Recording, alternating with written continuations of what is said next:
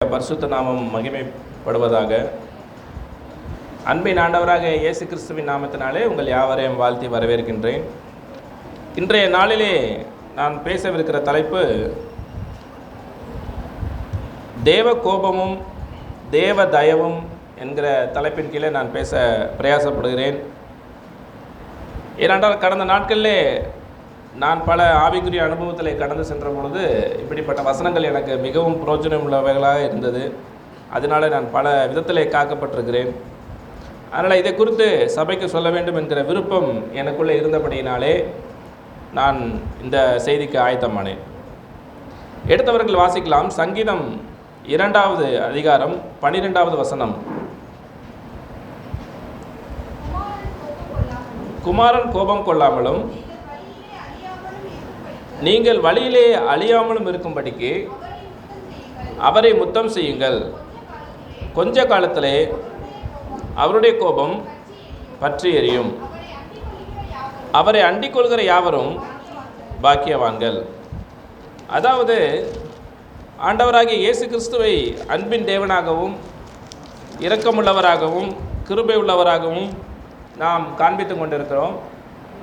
ஆனால் இயேசு கிறிஸ்துனுடைய இந்த மறுபக்கத்தை பார்க்கும் பொழுது குமாரனை கோபப்படுத்துகிற காரியமும் இருக்கிறது என்பதை நாம் அறிய முடிகின்றது.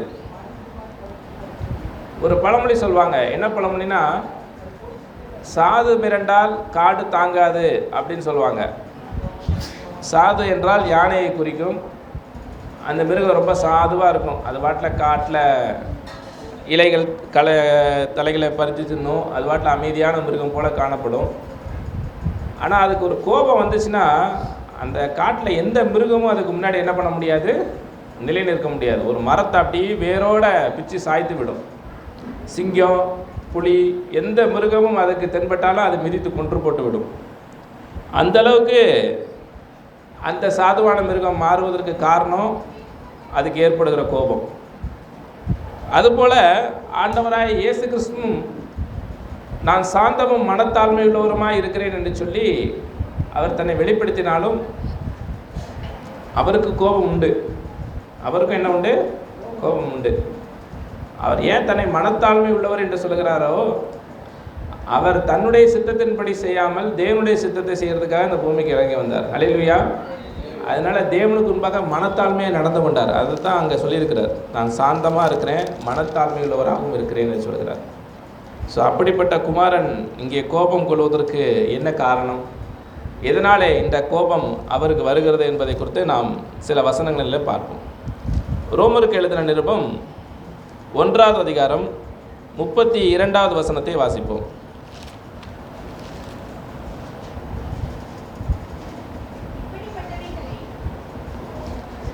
அதான் வாசிங்க. இப்படிப்பட்டவர்களை செய்கிறவர்கள் மரணத்துக்கு பாத்திரர்களாக இருக்கிறார்கள் என்று தேவன் தீர்மானித்த நீதியான தீர்ப்பை அவர்கள் அறிந்திருந்தும் அவைகளை தாங்களே செய்கிறதும் அல்லாமல் அவைகளை செய்கிற மற்றவர்களிடத்தில் பிரியப்படுகிறவர்களுமாய் இருக்கிறார்கள். இங்கே ஒரு கூட்டத்தாரை குறித்து சொல்லப்பட்டிருக்கிறது. இந்த ரோமருக்கு எழுதின நிருபம் 1வது அதிகாரத்தை முழுவதுமாக வாசிக்கும் பொழுது தேவனை குறித்த அறிவு இந்த பூமிக்கு எல்லாரும் அறியும்படிக்கு ஒப்பு கொடுக்கப்பட்டிருக்கிறது. ஆனால் அந்த அறிவை பற்றி கொண்டு தேவனை ஆராதிக்காமல், தேவனை பின்பற்றாமல், தேவனுக்கு சிலை செய்து தேவனுக்கு விக்கிரக ஆராதனை மூலமாக நாங்கள் எங்கள் சுய இஷ்டப்படி ஆராதனை செய்கிறோம் என்று சொல்லி ஒரு கூட்டத்தார் எழும்பியிருக்கிறதை கண்டு பவுல் இங்கே எச்சரிக்கின்றார்.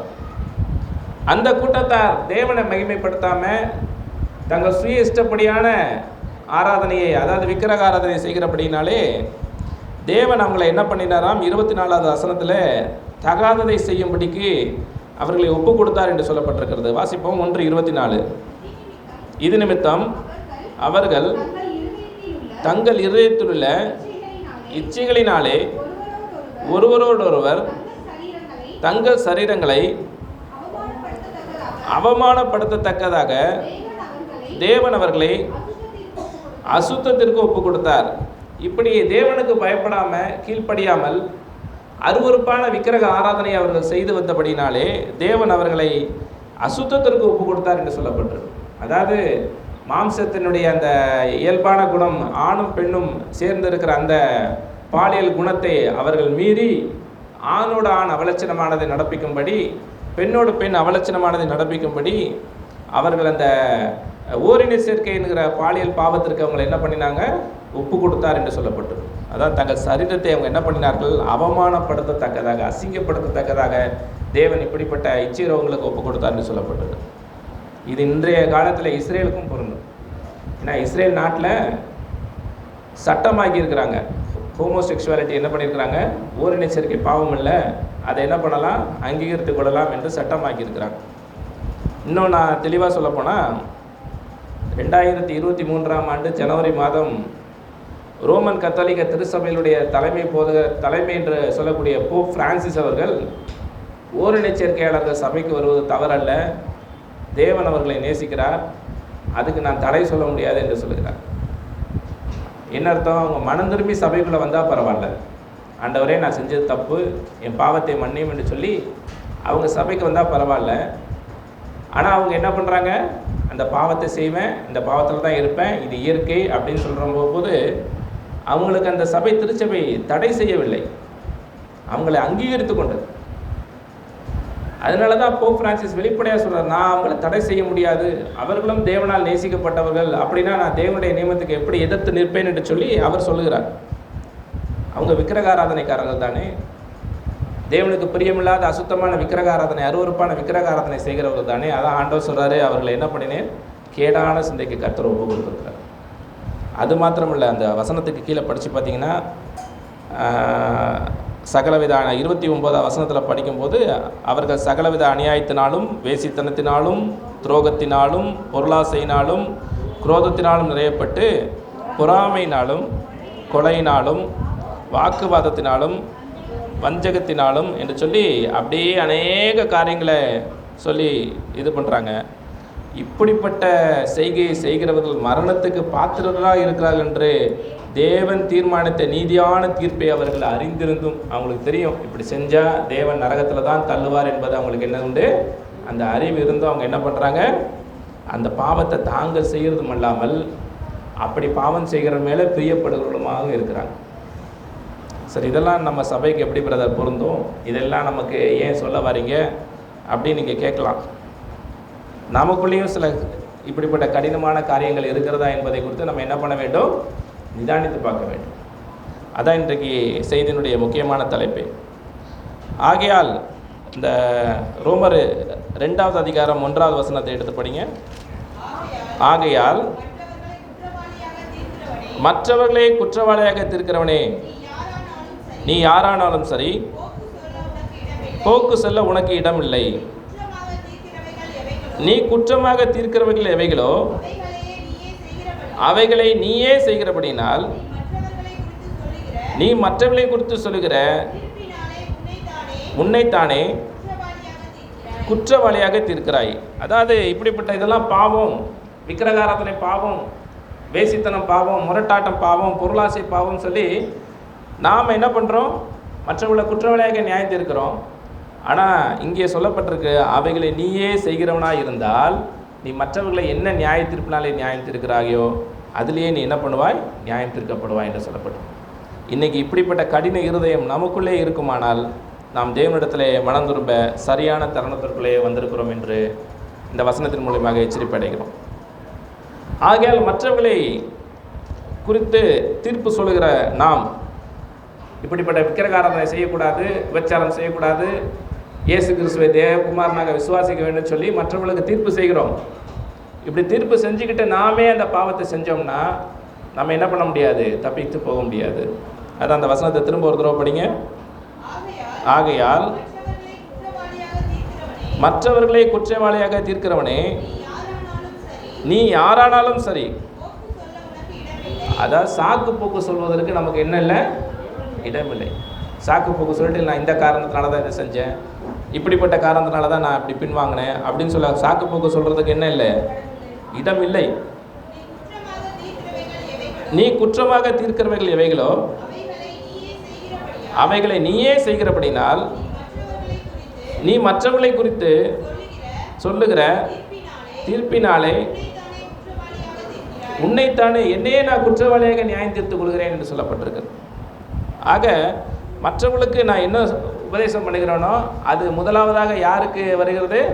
உபதேசம் பண்ணுறவனுக்கு தான் அது ரொம்ப முக்கியம். இங்கே அதான் சொல்லப்பட்டிருக்குது.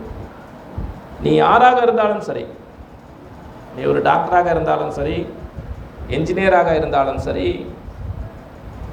போதகனாக இருந்தாலும் சரி, தீர்க்கதரிசியாக இருந்தாலும் சரி, அப்போஸ்தலனாக இருந்தாலும் சரி, பெரிய அரசியல் பதவி உள்ளவனாக எவ்வாறாக இருந்தாலும் சரி, என்ன பண்ண முடியாது? தப்பிக்க முடியாது என்று சொல்லப்படும். ஆக எல்லாருக்கும் சமநீதியாக தான் இது சொல்லப்பட்டிருக்கிறதே தவிர இன்னாருக்கு அது பொருந்தாது என்று சொல்லப்படவில்லை. ஆக மனிதனாக பிறந்த எல்லாரும் இதற்கு உட்பட்டவர்களாகத்தான் இருக்கிறார்கள். அதனால் நம்ம என்ன பண்ணக்கூடாது? இதை குறித்து அசட்டே எண்ணக்கூடாது. அதே 3வது வசனத்தை படிப்போம். ரோமருக்கு எழுதின நிருபம் 2வது அதிகாரம் 3வது வசனம். இப்படிப்பட்டவர்களை செய்கிறவளை குற்றவாளிகள் என்று தீர்த்தும் அதை நீயே செய்கிறவனே, நீ தேவனுடைய நியாயத்தீர்ப்புக்கு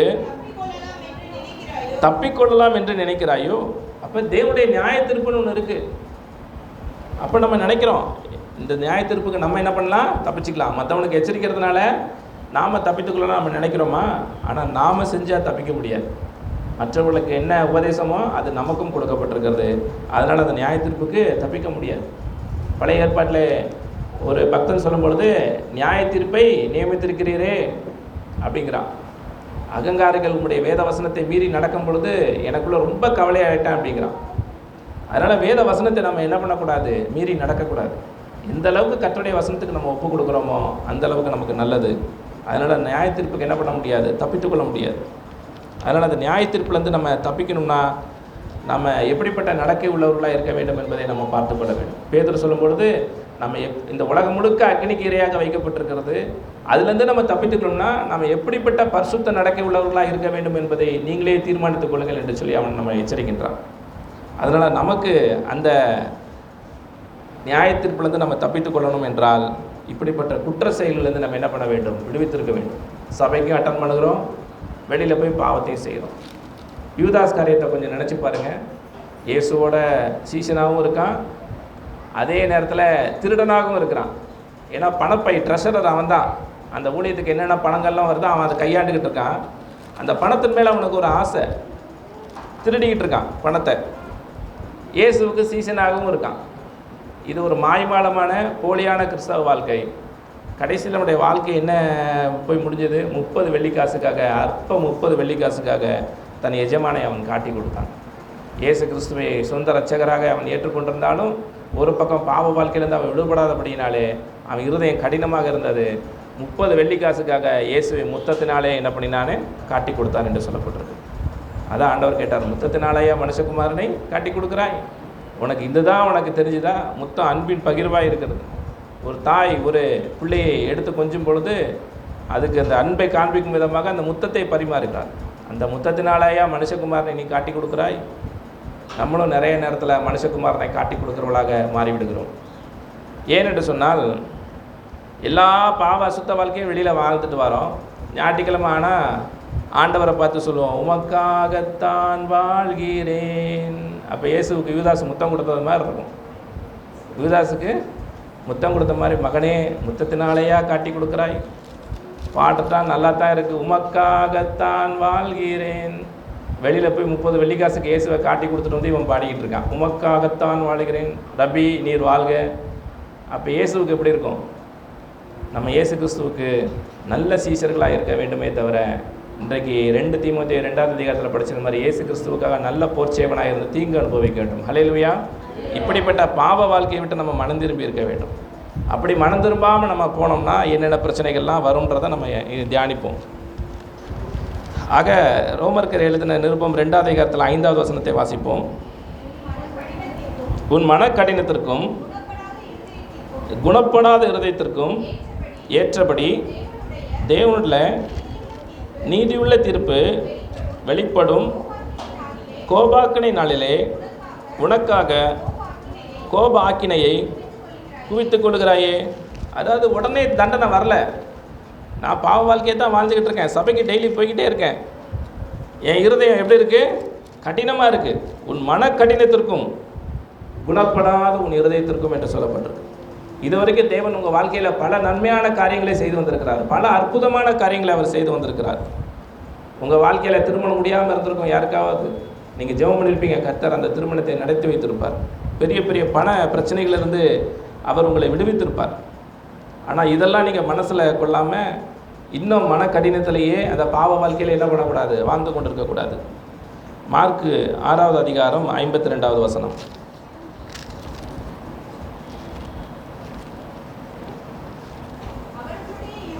அவர்களுடைய இருதயம் கடினம் உள்ளதாக இருந்தபடியினாலே இவைகளை குறித்து அப்பங்களை குறித்து உணராமல் போனார்கள். அதாவது இயேசு கிறிஸ்து 5 அப்பங்களை 5000 பேருக்கு அவர் பகிர்ந்தளித்திருக்கிறார்.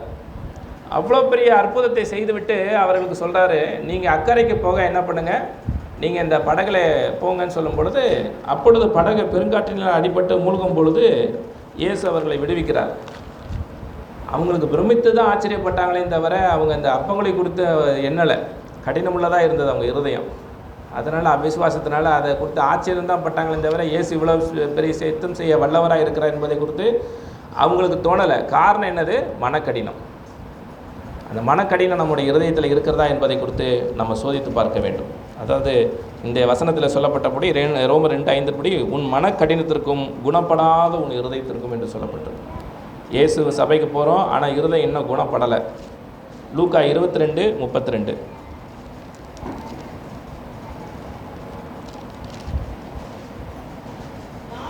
நானோ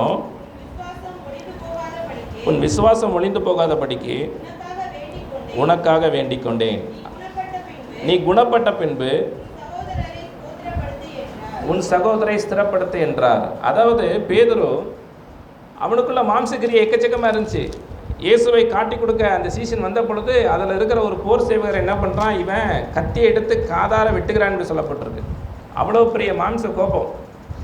அப்போ இயேசு என்ன சொல்கிறாரு, உன்னை என்ன பண்ணுறாரு, உன்னை ஆயுதத்தை எடுத்து உன் உரையிலே போடு. இன்றைக்கி நமக்கு நிறைய ஆயுதம் நம்ம உடம்புல இருக்குது. நம்முடைய நாக்கு கூட என்னது? ஒரு ஆயுதம்தான். மற்றவங்களை என்ன பண்ணுவோம்? திட்டுவோம், கோபப்பட்டு பேசுவோம். சில டைமில் கடினமான இருக்கிற நேரத்தில் அவங்கள அடித்து விடுவோம்.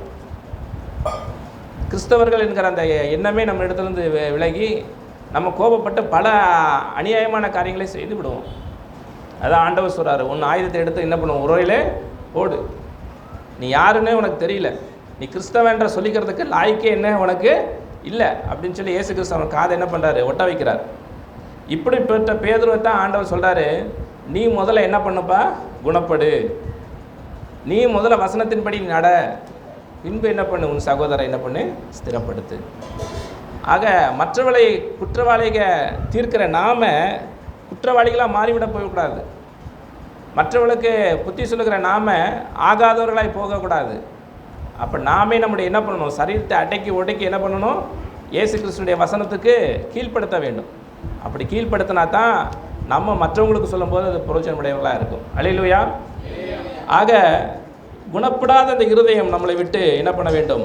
அகல வேண்டும் என்று தேவன் விருப்பப்படுகிறார். அதனால தான் பேதுரு அப்போ சொல்கிறார், நீ குணப்பட்ட பின்பு நீ என்ன பண்ண? உன் சகோதரரை ஸ்திரப்படுத்து. உன் மனக்கடினம் உனக்கு இருக்குது. இதை செய்கிறவனுக்கு கர்த்தர் கட்டாயம் நியாயம் தீர்ப்பார், நரகத்தில் தள்ளுவார் உனக்கு தெரியும். ஆனாலும் அந்த என்ன பண்ணுறது? மனக்கடினத்தை உன்னை என்ன பண்ணுற? உன்னை விட்டு நீங்கள நீ அந்த பாவத்தை நீயே என்ன பண்ணுகிற? திரும்ப திரும்ப செய்கிறத தான் நம்ம பார்க்க முடிகிறது. லூக்கா 13:9 வசனம். Correct sister.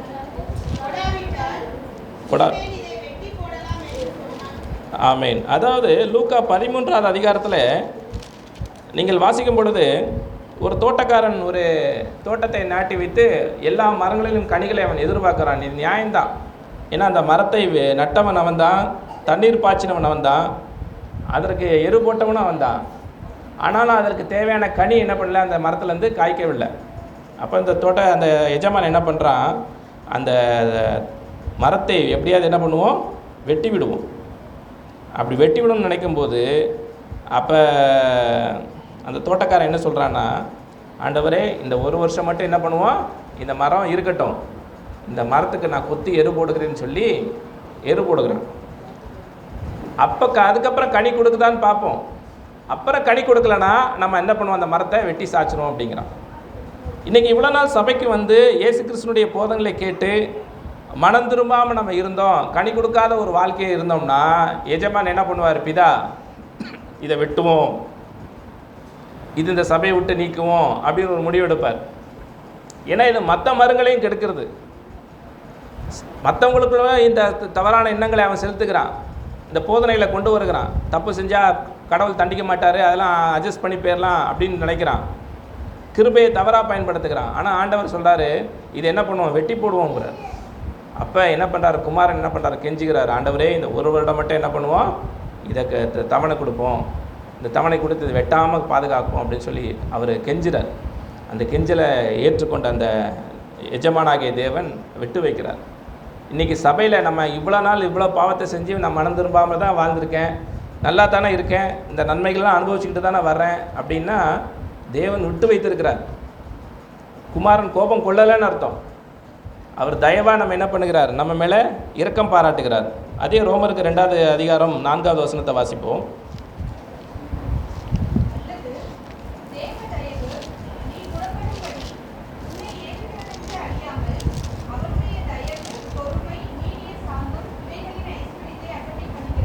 அதாவது இவ்வளவும் இந்த தப்பித்துக்கொள்ளான்னு நீ நினைக்கிற, ஆனால் இது என்னது, நீ தப்பிக்கிறதுக்கு கர்த்தர் உனக்கு இது கொடுக்கல, நீ பாவம் செய்கிறதுக்கு அவர் உனக்கு தவணை கொடுக்கல. அந்த பாவத்திலேருந்து நீ எப்படியாவது நீ மனம் திரும்புவாயா என்கிற அந்த அவருடைய தயவு, அவருடைய மன்னிக்கக்கூடிய குணம், பொறுமை, இந்தவைகளின் ஐஸ்வர்யத்தை நம்ம என்ன பண்ணக்கூடாது, அசட்டை பண்ணக்கூடாது. அதாவது இயேசு கிறிஸ்துடைய பொறுமையை நம்ம ரட்சிப்பென்று எண்ணணும். இன்றைக்கி நம்மளை தண்டிக்கலையா, இந்த வாரம் தப்பு செஞ்சுட்டு வந்தோமே, சபைக்கு போனோமே, நமக்கு ஒன்றும் ஆகலையே அப்படின்னு நம்ம நினைக்கிறோம்னா இன்றைக்கி நமக்கு தவணை கொடுத்துருக்கிறாரு. அந்த அவருடைய பொறுமையாக இருந்திருக்கிறார். அந்த பொறுமையை என்ன பண்ணணும், நம்ம ரட்சிப்புன்னு நினைக்கணும். எப்படியாவது இந்த காரியத்திலேருந்து நம்ம மனம் திரும்பணும் தான் ஆண்டவர் காத்து கொண்டு இருக்கிறார் என்பதை குறித்து தான் நம்ம ஆண்டவர் அன்னைக்கு காத்து கொண்டு நினைக்கணும். அதை விட்டுட்டு அவர் பொறுமையாக இருக்கிறாரு, நம்ம என்ன பாவம் செஞ்சாலும் பொறுத்துக்கிடுவாருன்னா யூதாசுடைய நிலைமை தான் வரும். கடைசியில் அவன் 4 கொண்டு என்ன பண்ணினான், செத்தான்னு சொல்லப்பட்டது. ஆக இந்த பொறுமையை என்ன பண்ணக்கூடாது, நம்ம அசட்டையாக எண்ணக்கூடாது. கர்த்தருடைய பொறுமையை நம்ம ரட்சிப்பென்று என்ன பண்ணணும், என்ன வேண்டும். இன்றைக்கி நமக்கு அவர் தவணை கொடுத்துருக்கிறாரா, அந்த மனம் திரும்ப வேண்டும். அதனால் நமக்கு மன கடினம் இருக்கக்கூடாது, என்ன பண்ணக்கூடாது, குற்றமாக என்ன பண்ண இருதயத்தில் வந்து அந்த இது இருக்கக்கூடாது, மனக்கடினமும் இருக்கக்கூடாது, அந்த குணப்படாத இருதயம் என்ன பண்ணக்கூடாது, நம்மகிட்ட இருக்கக்கூடாது. இந்த 2 காரியத்தை குறித்து நம்ம எச்சரிக்கையாக இருக்க வேண்டும். ஏன்னு சொல்லணும்னா நம்ம இவைகள்லாம் செஞ்சுக்கிட்டே வர்றோம், தெரியும் இந்த தண்டனையெல்லாம் கர்த்தர் நம்ம மேலே என்ன பண்ணுவார், ஒரு காலத்தில் நியாய தீர்ப்பு நாளில் நம்ம மேலே என்ன பண்ணிடுவார், கொண்டு வந்துடுவார்னு இருதயத்துக்கே தெரியும். ஆனால் அதையும் மீறி நம்ம செய்கிறோம் அப்படின்னா நமக்கு என்ன பிரச்சனை வரும். எபிரேயருக்கு எழுதின நிருபம் 10வது அதிகாரம் 27வது வசனம், 26, 27 படிங்க. அதாவது இயேசு கிறிஸ்து யார், தேவன் யார் என்கிற சத்தியத்தை அறிகின்ற அறிவை அடைந்த பின்பு நாம் மனப்பூர்வமாய் பாவம் செய்கிறவர்களாக இருந்தால் அந்த திரும்பவும் அந்த பாவங்கள் நிமித்தம் செலுத்தத்தக்க வேறொரு பலி இனியிராமல் நியாய தீர்ப்பு வரும் என்று பயத்தோடு எதிர்பார்க்குதலும் விரோதிகளை பட்சிக்கும் கோபாக்கினமே இருக்கும். அதாவது என்ன சொல்கிறாங்கன்னா, இந்த சத்தியத்தெல்லாம் அறிந்து கொண்ட பொழுது இவையெல்லாம் தெரியும், நம்முடைய பாவத்துக்காக தான் இயேசு மரித்தார் உயிர்த்தார்னு தெரியும், இனி பாவம் செய்யக்கூடாதுன்னு சொல்லியிருக்கான்னு தெரியும். ஆனாலும் நான் அந்த பாவத்தை செஞ்சேன், திரும்ப திரும்ப அவருக்கு கோபப்படுத்துகிறேன் அப்படின்னா நியாய தீர்ப்பு வரும். அந்த நியாய தீர்ப்பில் நம்ம கண்டிப்பாக என்ன பண்ணுவோம், நியாயம் தீர்க்கப்பட்டு நரகத்திலே தள்ளப்படுவோம். அதான் விரோதிகளை பட்சிக்கிற அக்னின்னு சொல்லப்படுறது. அல்லேலூயா. கர்த்தருக்கு விரோதமாக நம்ம இனிமேல் பாவம் செஞ்சவங்களா இருந்தால் இனி அந்த பாவத்துக்கு இனி இயேசு கிறிஸ்து திரும்ப வந்து என்ன பண்ண மாட்டார், பலியாக மாட்டார். என்ன பண்ணுவோம், நியாய தீர்ப்பில் நமக்கு தண்டனை உறுதின்ற அந்த பயம் தான் நமக்குள்ளே மிஞ்சுமே தவிர தைரியம் நமக்குள்ளே வராது. அல்லேலூயா. அதனால் அந்த தைரியத்தை நம்ம அடையணும். இயேசு வர்றாருன்னு சந்தோஷம் வந்துடும் நமக்கு. இயேசு எப்போ வராரோன்னு நம்ம காத்து கொண்டு இருக்க வேண்டும். அப்படிப்பட்ட நமக்குள்ள அந்த பூரணம் நமக்குள்ளே வர வேண்டும். அப்படி இருந்துச்சுன்னா இந்த பயத்துலேருந்து என்ன பண்ணலாம், நம்ம தப்பிக்கலாம். ஹல்லேலூயா. இதுலேருந்து நம்ம ஈஸியாக நம்ம தப்பிக்கிறதுக்கு வாய்ப்பே கிடையாது. ஏன் அப்படின்னா ஆண்டவர் சாதாரண ஆள் கிடையாது, யாரையும் தப்ப விட மாட்டார் என்று சொல்லப்பட்டிருக்கு. ரோமருக்கு எழுதின நிருபம் 11வது அதிகாரம் 21வது வசனம்.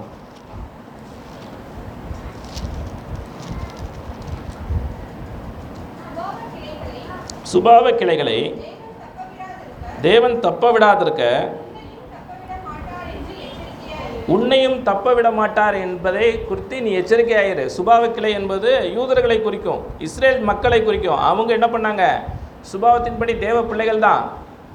ஆனால் சுபாவத்துக்கு விரோதமாக எங்கேயோ விக்கிரகாரத்தை செய்து கொண்டிருந்த நம்ம தேவன் ரசித்து என்ன பண்ணியிருக்கிறார், இன்றைக்கி இயேசு கிறிஸ்துவோடு ஒட்ட வைத்திருக்கிறார். அந்த சுபாவ கிளைகளையே அவர் சும்மா விடலை. இஸ்ரேல் என் சேஷ்ட புத்திரன் அப்படின்னு சொன்ன தேவன் அந்த சுபாவ கிளைகளை என்ன பண்ணலை, விட்டு வைக்கலை, வெட்டி விட்டார் என்று சொல்லப்பட்டிருக்கு.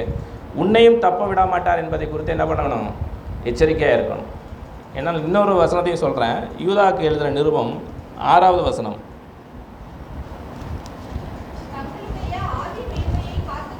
தங்களுடைய ஆதி மேன்மையை காத்துக்கொள்ளாத தங்களுக்குரிய வாசஸ்தலத்தை விட்டுவிட்ட தூதர்களையும் மகா நாளில் நியாய தீர்ப்புக்கென்று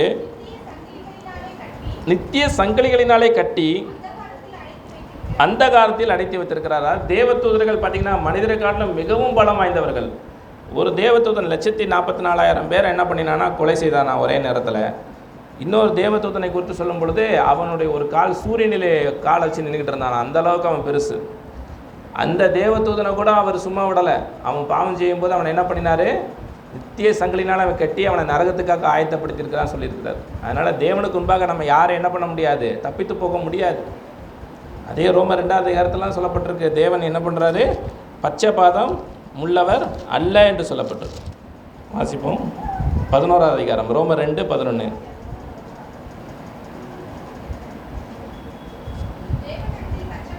தேவனிடத்தில் பச்சபாதம் இல்லை. அதுக்கு அடுத்த வசனத்தெல்லாம் படித்து பார்த்தீங்கன்னா, நியாயப்பிரமாணத்தை பெற்ற யூதர்களானாலும் சரி, நியாயத்தை பிரமாணத்தை பெறாத புறஜாதிகளாக இருந்தாலும் சரி, எல்லாருக்குள்ளேயும் அவங்களுக்கு தெரியும் எது நல்லது எது கெட்டது. இப்போ திருடுறது, பொய் சொல்கிறது, நம்ம இயேசுவை அறியறதுக்கு முன்னாடியே நம்ம இதை அறிஞ்சிருந்தோம் இல்லையா, நம்ம இருதயமே நமக்கு சொல்லும். ஆனால் அந்த இருதயத்தையும் மீறி தான் நம்ம ஒரு காலத்தில் பாவம் செஞ்சுக்கிட்டு இருந்தோம். அந்த பாவத்தை, மனக்கடினத்தை தான் ஆண்டவர் சத்தம் போடுறாரு. ஹல்லேலூயா. அந்த குணப்படாத இருதயம் இன்னும் உனக்குள்ளே கடந்து வந்துக்கிட்டே இருக்கா, இன்னும் பழைய வாழ்க்கையே, அசுத்த வாழ்க்கையை நீ வாழ்ந்து கொண்டு இருக்கிறாயா, அப்போ எப்படி தேவ கோபம் நமக்குள்ளே வரத்தான் செய்யும். இன்றைக்கி பொறுமையாக இருக்கிறாருன்னா நம்ம என்ன பண்ண வேண்டும், தயவோடு இருக்கிறார் என்று சொல்லி நம்ம நினைக்க வேண்டும். நம்ம அடுத்து ஒரு வசனம், 2 வசனங்களை வாசிப்போம். 2 கொரிந்தியர் 6வது அதிகாரம் 17-18. ஆனபடினால் நீங்கள் அவர்கள் நடுவிலிருந்து புறப்பட்டு பிரிந்து போய் அசுத்தமானதை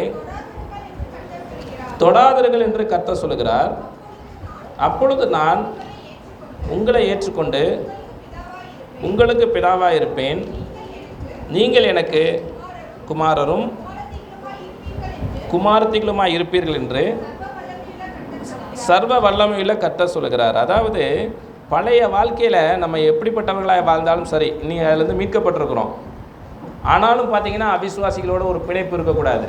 சத்தியத்தை அறியாத விக்கிரகத்தோடு சேர்ந்துருக்கிறவங்களோட ஒரு இசைவாய் போகிறது, உலக மக்களோட இசைவாய் நடக்கிறது, இப்படிப்பட்ட ஜீவியை நமக்குள்ளே காணப்படும்னா, இங்கே வசனம் சொல்லுகிறபடி நீங்கள் என்ன பண்ணணும், அவர்களிருந்து நடுவிலிருந்து என்ன பண்ணணும், புறப்படணும், பிரிந்து போயிடணும். அவர்கள்ட்ட என்ன பண்ணணும், ஐக்கியம் இருக்கக்கூடாது. சும்மா உலக பிரகாரமான ஹாய் பாய் தான் இருக்கணுமே தவிர அவங்களுக்குள்ளே என்ன பண்ணக்கூடாது, அவங்களுடைய கிரியை உங்களுக்குள்ளே என்ன பண்ணக்கூடாது, கொஞ்சம் கூட இருக்கக்கூடாது. அவைகளை விட்டு நீங்கள் என்ன பண்ணணும், பிரிந்து போய் அசுத்தமானது என்ன பண்ணக்கூடாது, தொடக்கூடாது என்று கர்த்தர் சொல்கிறார். அப்படி நீங்கள் செஞ்சீங்கன்னா 18வது வசனத்தின்படி நான் உங்களை ஏற்றுக்கொண்டு உங்களுக்கு பிதாவாக இருப்பேன், நீங்கள் எனக்கு குமாரரும் குமாரத்திகளுமாய் இருப்பீர்கள் என்று கர்த்தர் சொல்கிறார் என்று சொல்லப்பட்டு, இன்றைக்கு தேவனுடைய வசனத்தை புரட்டி இன்றைக்கி உபதேசத்தில் மாறுபட்டிருக்கிற சபைகள் நிறையா இருக்கின்றன. நாம் அப்படிப்பட்ட சபைகளோடு நம்ம ஐக்கியத்தை வைத்திருக்கிறோம் என்றால் இங்கே தேவனை அவமானப்படுத்துகிறது தானே காணப்படுகிறது. அப்படிப்பட்ட ஐக்கியத்தோடு நாமளும் போகணுமா, அவர்களோட நம்ம இருக்கணுமா? அதான் வசனம் சொல்லுது, அவர்களை விட்டு என்ன பண்ண வேண்டும், நாம் பிரிந்து போக வேண்டும். ஏன்னா அப்போஸ்தலர் 19வது அதிகாரம் 9வது வசனத்தை எடுத்து வாசிப்போம்.